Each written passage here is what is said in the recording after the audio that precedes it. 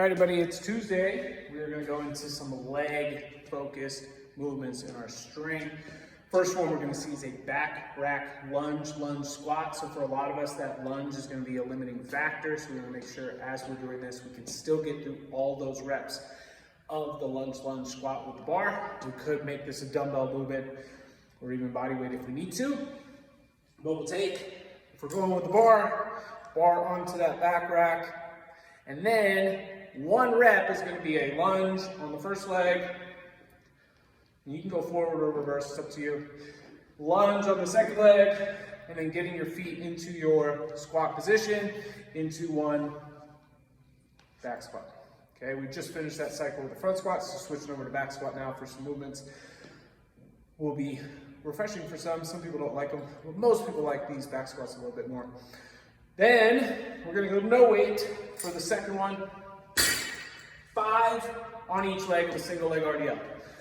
This seems like a very simple exercise, but there's a lot of things that can go wrong if we're not staying focused throughout. Okay, so if we're looking at me straight on, first thing we want to do is make sure when I start to hinge, I'm not opening up that hip this way to maintain balance. So what that would look like, a poor rep, is as I start to hinge, I'm losing balance, and this helps me open and stay there. What we want to try to do, you can barely see that foot there, try to take this leg that's going to be up, point it in towards the other foot as you go. That'll keep those hips from opening up, and it'll keep them straight and square the whole time. So slightly bend on that leg that's going to be in the ground. I'm pointing my right foot in towards the left one. As I hinge, I want to keep those shoulders and hips square, so that way I'm not opening up, back up to standing. Nice and controlled on each rep.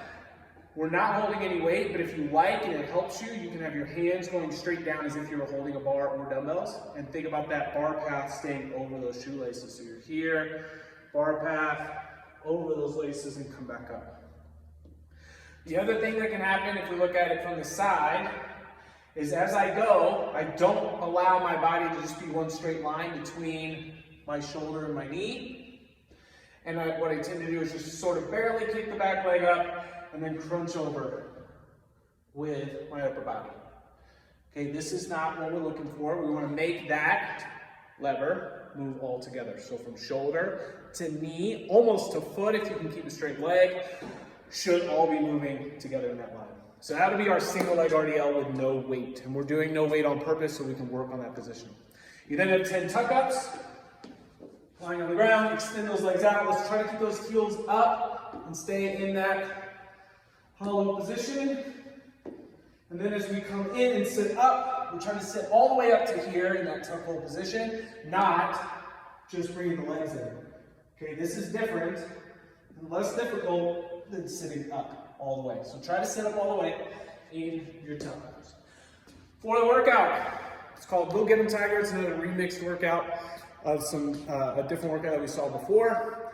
We have 4 sets of 3 minutes of work, and we get to rest a minute in between. So on that 3-minute clock, you're going to do 6 back squats. You're going to take the bar from the ground, back squat. You're then going to go into your toes bar.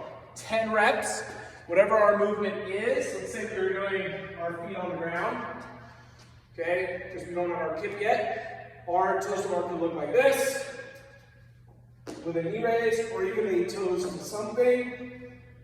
Whatever movement we pick, we're going to be able to do 2 sets. And then whatever's left in the 3 minutes, you have max wall balls. Depending on how much time is left, you need to either have a plan for breaking these up, or just go all out because you will have that minute of rest to come, but that's going to be difficult. Your goal is to get 30 plus on each one, but also whatever number you hit. Let's say you got 40, try to hit 40 again, because you have 4 total sets at least.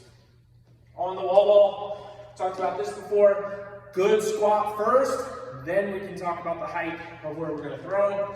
So I want to see a full squat down into that throw.